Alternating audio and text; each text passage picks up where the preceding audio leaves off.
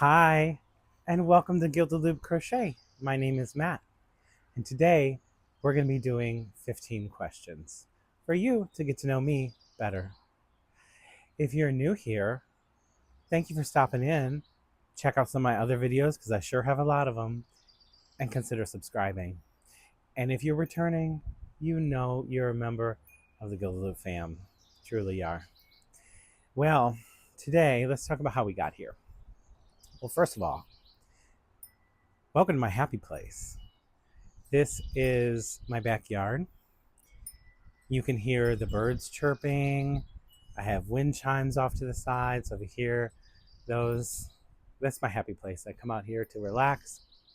I have a wonderful little covered deck out here, and I'm surrounded by nature and greenery, and it's just what fuels me. So, anyway, let's talk about how we got here. So, Krista over at the Secret Yarnery did a get to know me 15 questions and tagged 2 creators. One of those creators that she tagged was my friend Deb over at Deb's Artsy Life, and Deb tagged me. So here we are. Hopefully you enjoy this little video for you to get to know me a little bit better. We're going to be going over 15 questions. In the description, I do have all the questions that I'm answering today. I do have my computer off to the side here, so if you see me having to glance over to the side, honey, I don't got that great of a memory, nor can I answer these on the flip. So we're going to go ahead and get into it. Today I'm drinking from one of my favorite mugs, my best Papa ever. If you don't know, I have 3 kids and they call me Papa. And today is definitely a coffee day. My oldest Magnolia kept me up most of the night last night. So filming this in mid-morning here, and it's still coffee time. So let's go ahead and get into our questions here today. So 15 questions. What's the first concert that I saw? We're going to learn a lot about me today, because I have such eclectic music taste. And I'm going to give you my first technical concert that I saw, and then my first real concert that I saw.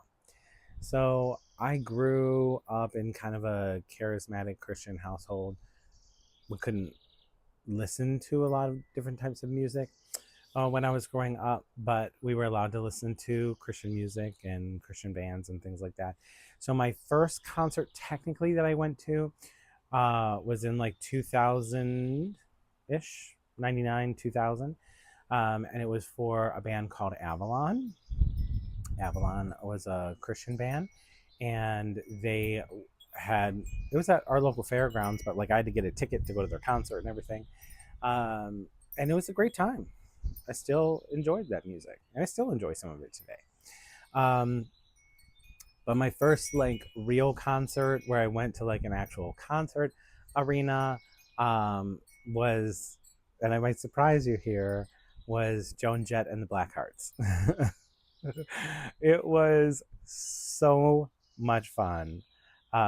So much fun. If you have known any of her music, you know that she comes fueled with lots of energy and rock and roll vibes. So that was a lot of fun. I had a blast at that concert. But surprisingly, some of my favorite music is actually country music.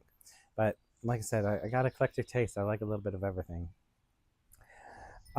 Second question, my dream job. So my dream job, I thought of this from an aspect of what was my dream job when I was growing up. So my dream job when I was growing up was I wanted to be an architect.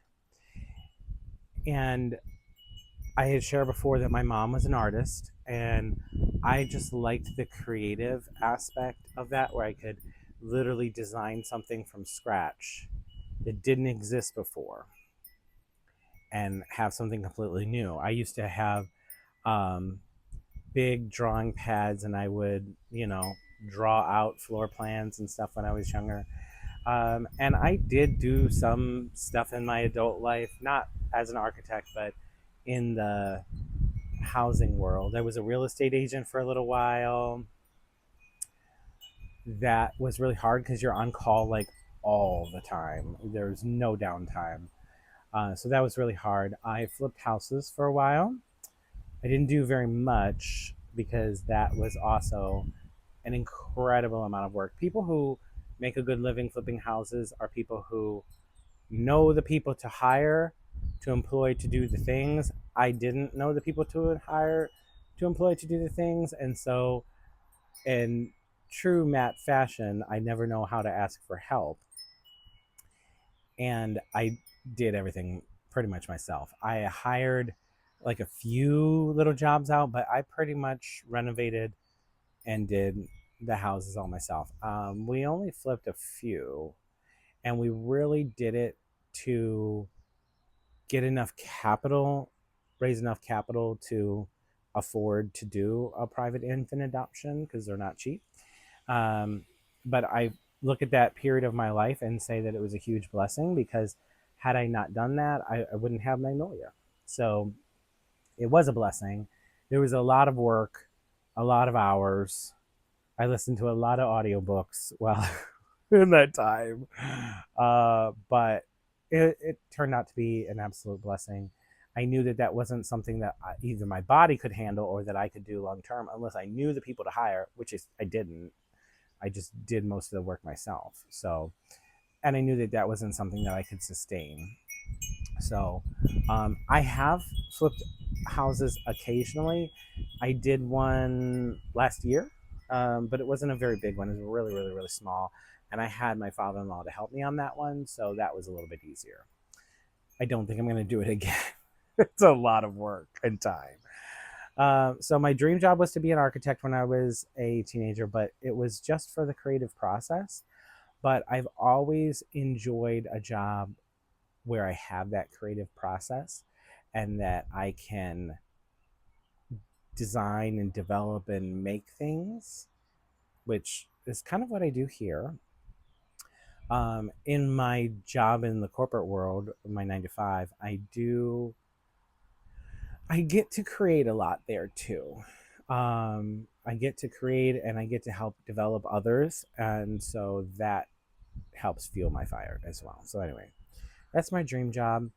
Something in the creative process. As long as I have creativity that I can put into my work and I'm not just following a set of rules that I have to do, I'll be happy. Okay, so Quirky Collections. So, if you've been following my channel for a little while, you should know I collect flamingos. Yes, like the bird flamingos. You can't see, but I have flamingos hanging here. I have flamingos in my garden. I have one over there in my rose garden bed. I collect flamingos because we got married at the Flamingo in Las Vegas.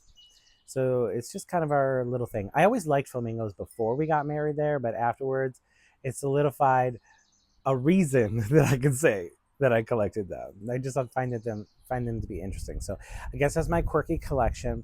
Another quirky collection that I have is I collect china in the pattern that's called Lottie, L-O-T-T-I. It was made in the 1960s, 50s and 60s, and maybe early 70s, and then it was discontinued. It's a Scandinavian pattern, and it has very hippie vibes to it. I'll put a picture here so you can see what Lottie looks like. But it's beautiful. It's white and blues. The reason that I collect Lottie for my dishes, it's like my fancy dishes. I only bring it out when like fancy companies coming over because it's not really dishwasher safe. Is because my great grandmother, when I was a kid, had Lottie. Now, the story behind that was her sister lived in Canada and she used to travel to see her sister all the time. Well, you had to pay duties and stuff whenever you were bringing stuff from Canada back. But if you kept it under a certain dollar amount, you didn't have to.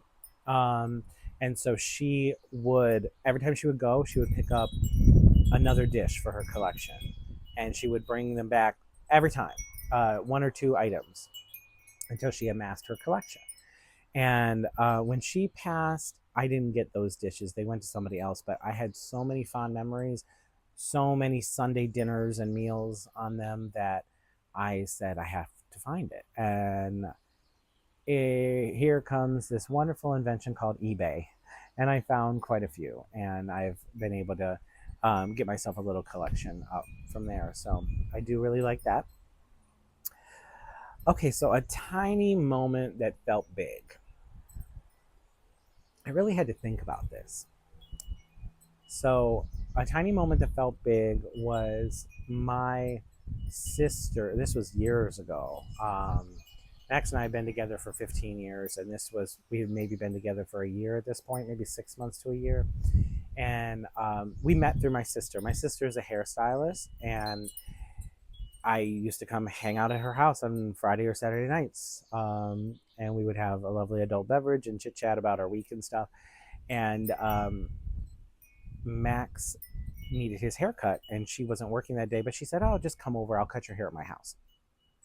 So he came over that night, and the rest is history. And that's how we met.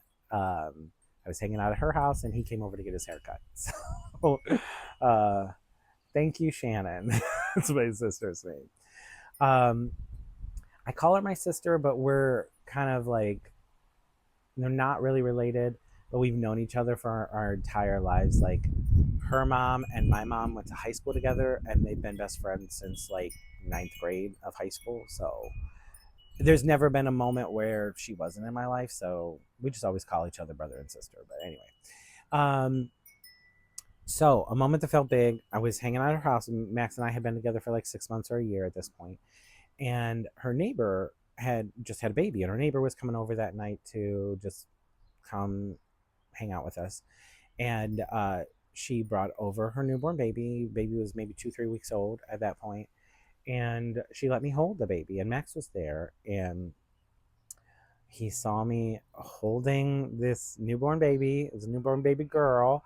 And Max said that he knew that that was the moment he fell in love, and he knew that that was the moment that it was going to be a forever thing. I didn't know that. He told me this like a year or two later. That was the instinctive moment that he knew that he could see having a life with me. And we knew that we always wanted to be parents and stuff too. So he's holding a baby, I guess, is a really small moment, but it's what solidified kind of our future together. Lifelong personality traits. Okay, so this one was not that hard because Matt is an introvert, very much so. Introverts, there's a spectrum, you know. There's like a reclusive side, and there's an introvert side that still likes to be around people but needs a lot of time to recharge. That's Matt. Definitely an introvert. I have some social awkwardness, like when I'm around people that I don't know. And that's why I married the right person, because Max is an extrovert and always is like the life of the party, no matter where he goes. So whenever I have to go meet new people, I drag him along with me. It makes it a lot more comfortable. So yeah, so introvert. Weirdly good at. I kind of brought this up a little bit earlier, but I'm weirdly good at home DIY projects, light remodeling. If I've got to change, if I got to tile some floor, I can do that. If I got to hang some drywall, I hate it, but I can do it. If I've got to build a wall, I can do it. And I got some good news for you. Well, me, really. I think I have finally convinced Max to let me expand my yarn room. So I have shown you in my tour that's on my channel, a tour of my yarn room. My ceiling height is really low in there and everything. And there's a finished basement area out there that we call our family room. It's really, really, really huge. It's a very big space. And we have a space that's kind of lined up to be like a dining area down there. We don't really use it for a dining area. Like we have a table down there, but that's where Maggie plays with Play-Doh, and we do crafts and stuff there. And I have convinced him. He told me I could do it. I'm probably going to do it this fall. That I can build a wall just around that dining space down there and expand my craft room. So I'm very excited about that. And what I'm most excited about is I can bring my sewing machine and everything back out from the hiding corner that it's in right now. So I can do a little bit of light quilting and stuff when I want to. I do know how to quilt, and I do love it. It's just time consuming. So I do want to be able to incorporate some of that in some ways and some things that I do. So I'm really excited about that. That probably won't be coming till fall or winter that I can do that. But really, it's a finished space right now. So the only thing I need to do is build a wall and a doorway, and boom, it's good to go. And then I'll have a space to where I can have my filming studio. I'm going to build, well, I have to build a yarn wall. I think I'm actually going to build like real wooden cubicles for a yarn wall. So I'm going to build a yarn wall back there or down there.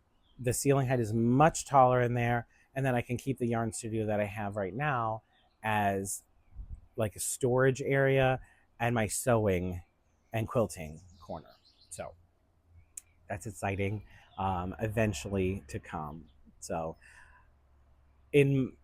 we were talking about it the other day. We're like, we never want to move from this house. We love our house so much. It's like perfection to us. But sometimes the space doesn't always work for you. But rather than sell your house and go buy another house, why not make the space that you have work for you? And sometimes it's as simple as putting a wall up. And that's what I'll be doing. So that's very exciting. Last year, was it last year? I built a bathroom down in the basement. So we had the finished basement, but I didn't have a bathroom down there. But we had all the raw plumbing. It was like an unfinished, there was a room. It was all walled off and everything, but there was a room that had the unfinished, plumbing to put in a full 3-piece bathroom. And I did that. I did hire out someone to do a little bit of the work. Like I hired a real plumber to come in and do the plumbing. And then I hired a friend to do the tiling in my shower. I did some of the other tiling on the floor and in some of the nooks and stuff like that, but the shower tiling, I wanted it to look like super professional. So I did hire someone for that, but I did everything else. So built my walls, built my ceiling, everything in there. So that is my thing that I'm weirdly good at. It's just a little time consuming, but my next project is going to be build a wall to expand the yarn studio. If you go back and look at that, you can see where I started in that video, standing out where you can see like a table and stuff. That's going to be walled off and will just be part of the yarn studio. So I'm very excited about that. So I'm going to be doing that this winter, probably. Let's see. When I should know better? This is the next question. I often overextend myself because I never know when to say no. Do you have that problem too? I know I do. I need to learn to say no better. It was so funny because this last week at church, the pastor was preaching and her message was, say no to one thing this week. And I did yesterday at work. There was a really big thing that I was being asked to take, not that I was being asked to take on, but I was going to apply not for a different role, but we have employee resource groups, and I was going to apply to be on the board of one of these employee resource groups, but I know I'm already very involved with them, and the board role is going to take up so much time, and so I said no to that. They have been asking me to apply for years and years, and I reluctantly put in my application. I like being part of it, but I don't want to have to run the whole thing. I don't want to run the whole show. And so I did apply reluctantly, and I actually reached out and said, I'm going to withdraw that application. I'm still going to stay very involved, but I'm not going to do that. And I'm proud of myself. That was something that I said no to, that I knew was going to take up a lot of my time. Um, and so, yeah, um, I'm working on that piece. All right. That was 7. 8. Irrational things that annoy me. Let me take a sip of my coffee for this one. There's a few. We all, I don't know about you, but everyone's spouse does something that irritates the snot out of them. Whether it be the way that they clang their spoon on their cereal bowl, or the way that they kick their socks off at the end of the bed. um, Mine is the way that my husband folds clothes. It sounds so stupid. He folds shirts and pants in the most weird way that you've ever seen in your life, and he doesn't fold a towel right either. So we have this agreement. He does the dishes every night before bed. I cook. He's not a cooker. I cook, but he'll do the dishes every night before bed, make sure the dishwasher gets run. And my job is to do the laundry. And I gladly took on that job. I really don't like doing the laundry, but I'm very particular, and everything has to be folded in a certain way. The towels have to be folded in a certain way so they fit in the closet. I have to try fold my towels, because if you fold them in just half, the closet door does not shut. And I like to fold my shirts like how you see them folded in the store, because I want to open up my dresser and be able to see what's on all the shirts. Anyway, and still to this day, I think he does it on purpose. Every now and then he'll help out. And even in my closet, I have like button-up shirts are here, sweaters are here, polo shirts are here. And if I tell him to put away the clothes, they're everywhere. They're all over the place. And I have to go redo it.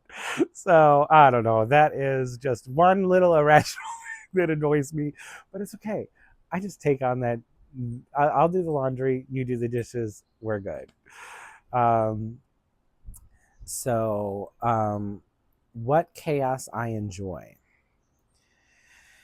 Being a dad is the only thing I can think of that can be chaotic at times. I have 3 kids, so everything's going on. This one's running that way, that one's running that way. Got to get everything under control, all that. Um, but I love it. My kids are my life, so I'll take that chaos any day.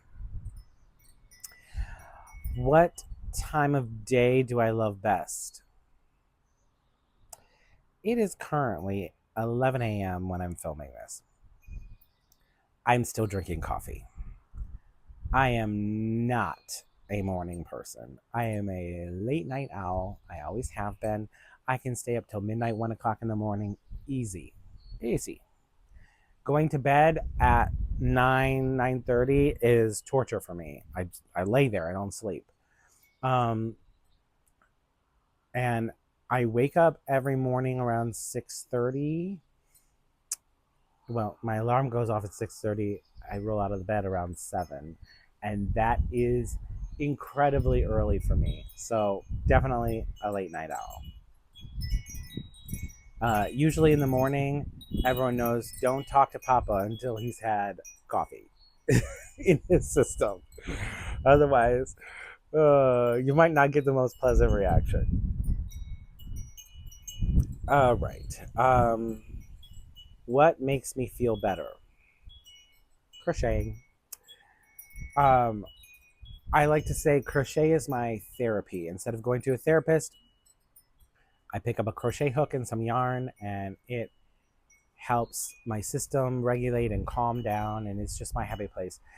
The other thing that is kind of therapeutic for me and what makes me feel better is being in nature, taking a walk, or sitting out here and having no sound other than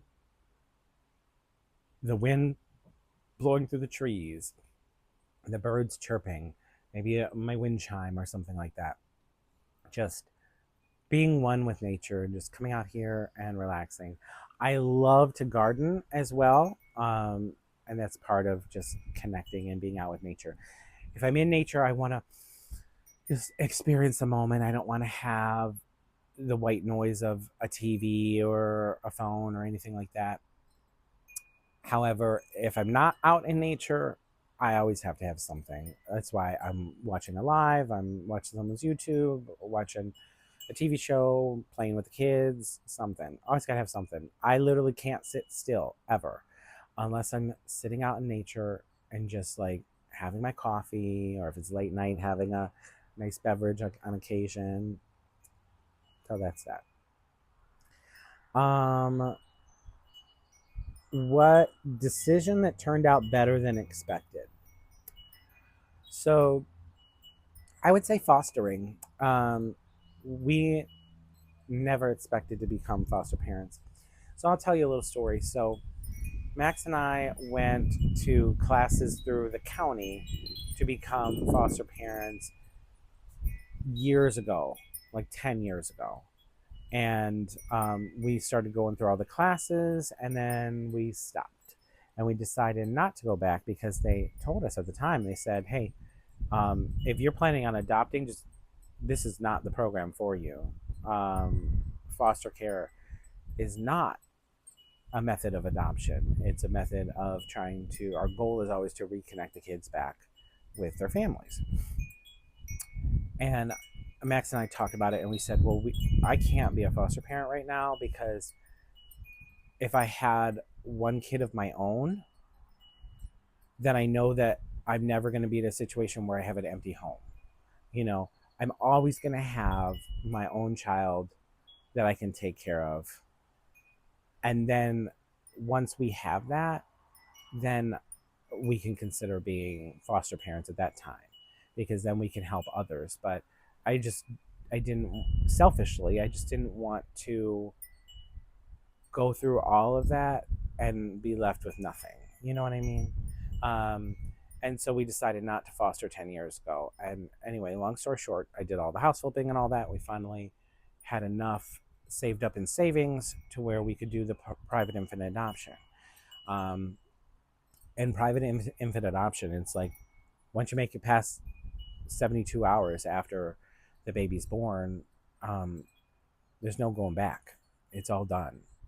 So it gives you a really big sense of security because you know that the child's not going to be taken away. And we do still keep in contact with mom, but mom's never in a position where she was going to be able to raise a child. But we send her pictures and stuff, and that's what she likes. And it was just the biggest blessing in life to us. Well, when we adopted Maggie, the adoption agency, foster and adoption, they told us, they said, most people, we recommend them to get, when you're getting your license, get the adoption and foster license at the same time. Because if you just get the adoption license, then if you want to do foster care, you literally have to go through the whole process again. Whereas if you just right now say just do both, even if you're not going to do foster care later, it's just there and you don't have to redo everything. And so we said, okay, so we did that. And when Maggie was a year old, they called us out of the blue. We didn't ask for it. They called us and said, we have a dire need for foster parents. And that's how we got my son. And it was a huge surprise. We were not planning on becoming foster parents at all. We had forgot that license was even there. It's just we were licensed and they needed somebody. And so we said yes to that. We took some time, but we did say yes to it. And that was probably the decision that turned out way better than expected, because although all of our foster kids will end up reuniting with their families, our oldest foster son turned 18, but we helped him to graduate from high school. We helped him to get his driver's license. We helped him to really get set up and see healthy relationships and all that. Our other foster son, who's almost 2, He's not a foster son anymore. He did reunite with his mom, but he still comes over here 2-3 times a week. Um, and he's still very much a part of our lives. And mom considers us his dads because his dad's not in his life. And then my youngest, who is about to turn a year old, um, it's almost certain he will reunite with his mom too, but probably not until early fall.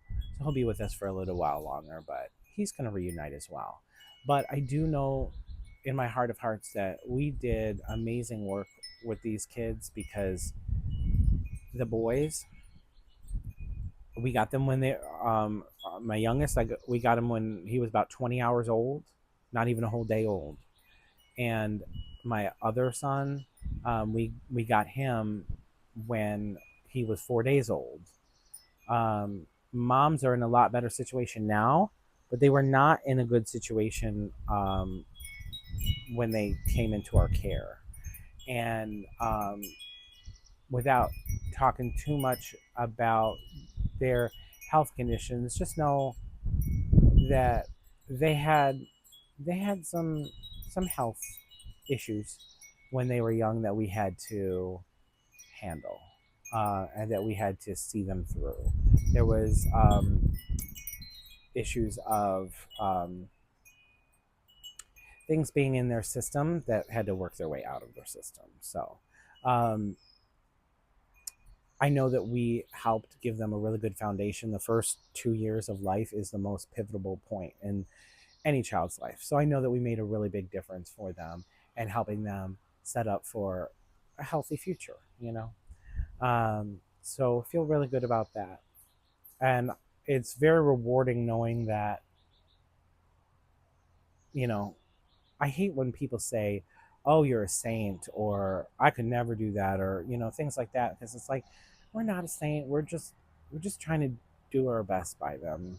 And Max and I both, we were never in foster care, but we could have been if anyone would have known some of the turmoil that was going on in our own homes when we were growing up. I feel like a lot of people could say that too. Oh my gosh, if you would have seen what was going on in my house, probably would have been in foster care. But anyway, so we've made a big difference. I'm not going to lie, it has been incredibly hard at times when my middle son got reunited with his mom. I cried for a week straight because I was so attached to him. It was so hard. It's going to be a lot easier when my youngest reunites because I've been through the process. It's not my first rodeo, and I know what to expect, and so it's not going to be as difficult for me. But it's a hard process either way. So anyway, that was a very rewarding experience. Turned out a lot better than expected. And what did I say yes to that I almost didn't? Well, I shared with you all that I work in the insurance industry, and I have either been an insurance agent or worked in the insurance industry for almost 20 years. It's 18 years. It's been 18 years since I started because I got into it in 2008. So in 2008, I was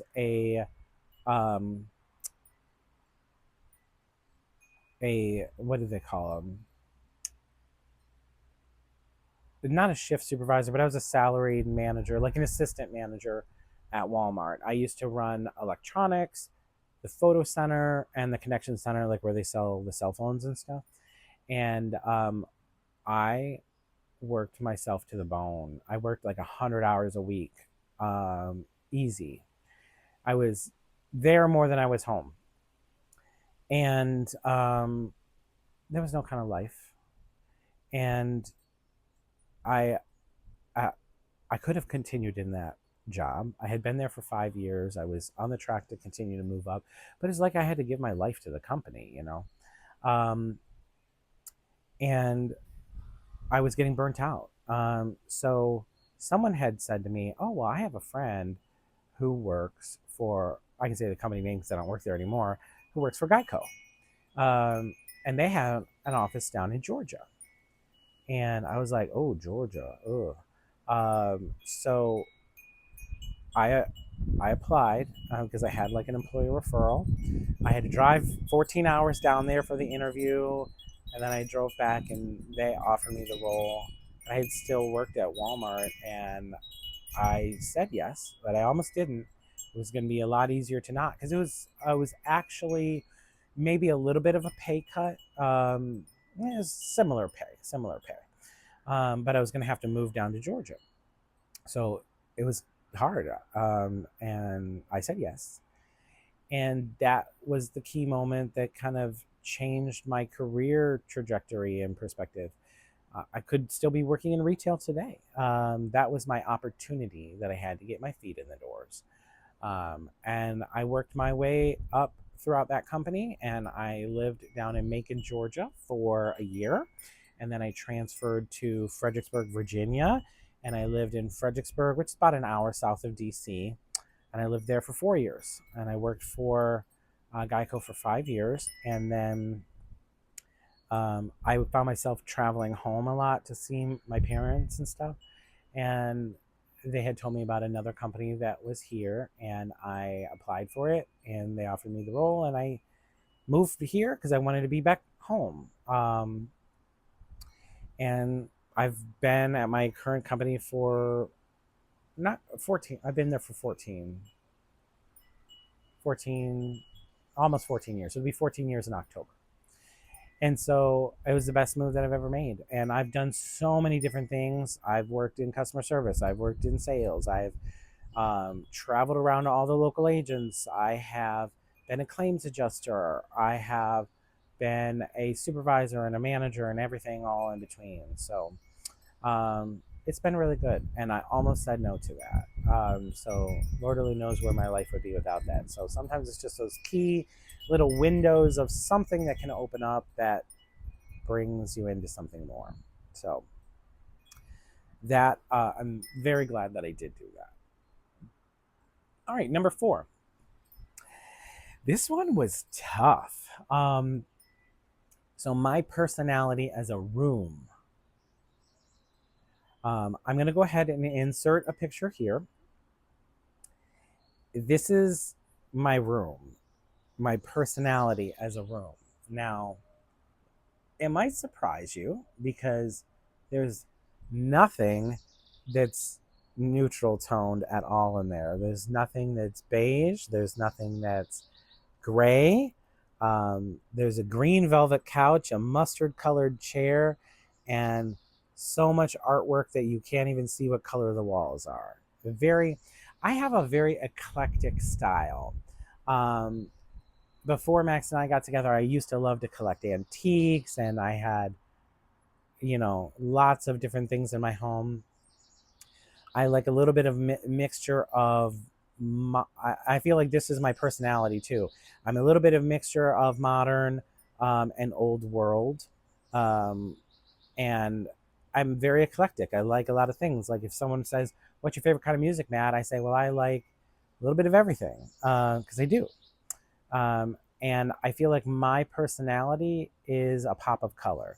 I am very velvety and warm and inviting, but I also have a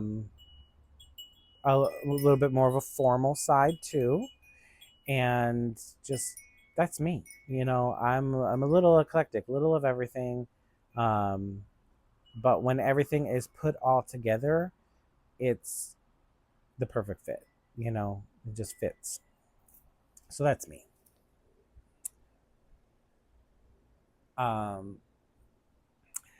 So, okay, last one, number 15. What is my theme song vibe? I had to really think on this one. I do like a lot of music, but if you said, Matt, what's your favorite song? I might struggle with that one.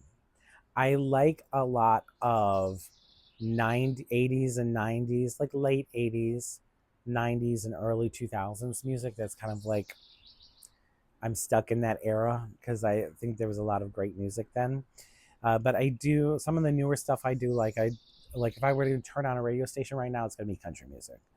But my theme song is a country artist called Delta Rae, and that's Ray is Rae. And they have a song that came out almost 10 years ago at this point, and it's called A Long and Happy Life. And it is, you may not have ever heard of it. So it's Delta Rae, A Long and Happy Life. Look it up. I'm sure that they're on YouTube here.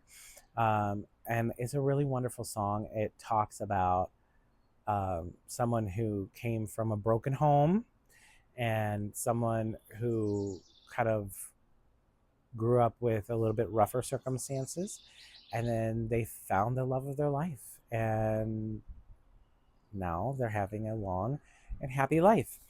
And that's me, in a nutshell. My parents got divorced when I was 6 months old.